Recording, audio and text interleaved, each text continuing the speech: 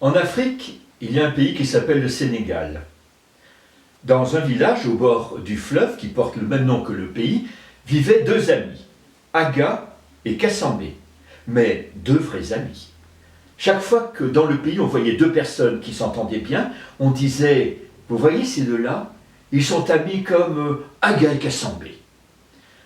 Un jour, Aga a voulu partir à la pêche. Il a préparé son matériel, sa canne à pêche, ses hameçons. Non, il a cherché, il n'avait pas d'hameçon. Alors, il est allé chez son ami Kassambé, il a frappé. Kassambé a ouvert, Aga lui a demandé ses nouvelles, Kassambé a dit qu'il allait bien. Aga a demandé des nouvelles de ses troupeaux. Kassambé a dit que ses troupeaux étaient florissants. Aga a demandé des nouvelles de la femme de Kassambé qui allait bientôt accoucher. Et Kassambé a dit que les dernières analyses se présentaient très bien. Et puis, il en est venu à l'objet de sa visite. Tu sais, je veux partir à la pêche, et là, j'ai eu beau chercher, je n'ai pas trouvé de hameçon. Est-ce que tu pourrais m'en prêter un? Mais bien sûr, tu es mon ami, allez, tu vas choisir. Kassambé, revenu, avec un panier rempli de hameçons, et il a froncé les sourcils quand il a vu celui que prenait Aga. Il a dit « Je préférerais que tu en choisisses un autre ». Aga lui a dit « Je ne comprends pas pourquoi, cet hameçon me convient parfaitement, il a la bonne dimension ». Aga lui a dit que cet hameçon appartenait à la famille depuis des générations et que si jamais il le perdait, ça serait terrible. Ça serait leur amitié qui en pâtirait. Aga n'en a pas tenu compte, il a haussé les épaules en disant « Pour un hameçon, hein, allez ». Et il est parti, sans voir que cela contrariait fort son ami Kassambé. Il a préparé son matériel, et il est allé au bord du fleuve, et il a commencé à pêcher. Oh, ça n'a pas duré longtemps.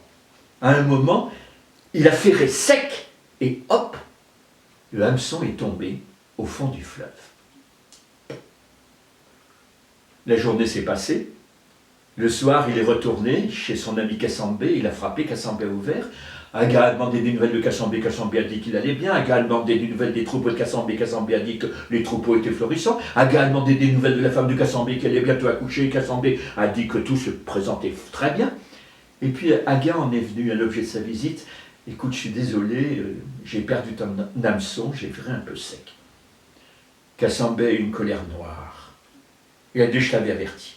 Alors tu te débrouilles comme tu peux, mais tu me retrouves cet hameçon, sinon je te traîne en justice. Aga a dit, tu sais très bien que je ne sais pas nager, je ne veux pas le savoir.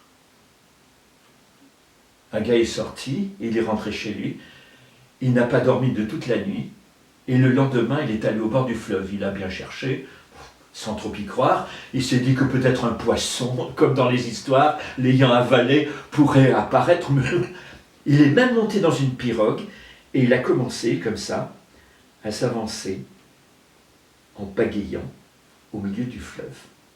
Là, il s'est penché un peu à droite, il s'est penché un peu à gauche, il s'est tant et tant penché que la pirogue s'est retournée, qu'il a coulé jusqu'au fond du fleuve. À ce moment-là, il y a deux poissons guerriers qui sont arrivés, qui l'ont attrapé chacun par un bras en disant « Voilà une bonne prise, c'est la reine qui va être contente ». Et les deux poissons guerriers ont traîné le pauvre Aga devant la reine des poissons. La reine était sur son coquillage.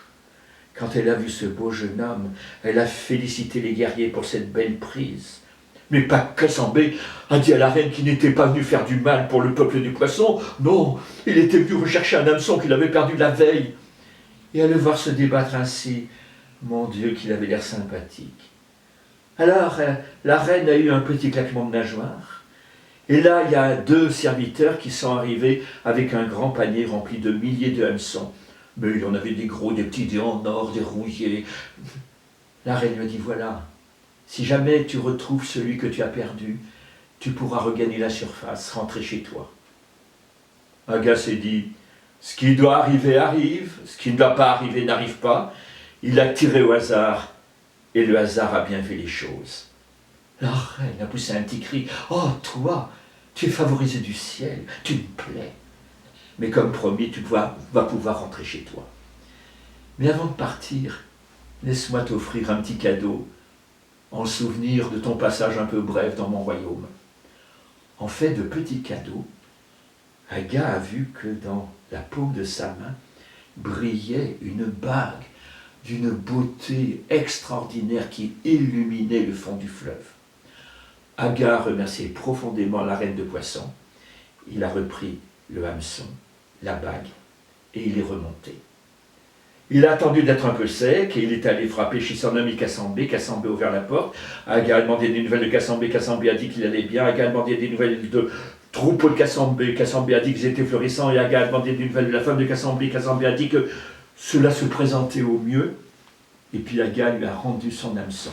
Tiens, je suis allé le chercher au fond du fleuve, au péril de ma vie. Et Cassambé regardait ce qui brillait dans l'autre main. Et ça, qu'est-ce que c'est? Ça, dit Agar, c'est un cadeau de la reine des poissons. Un cadeau? Mais c'est une merveille. Aussitôt Cassambé s'est précipité, a pris la bague, et c'est à ce moment-là que Madame Cassambé est arrivée.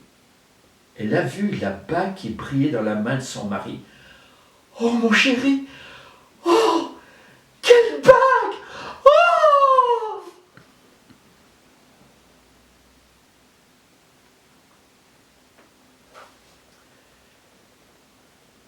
À partir de cette histoire, dont je vous ai présenté la première partie, je vous invite à jouer à un petit jeu avec moi.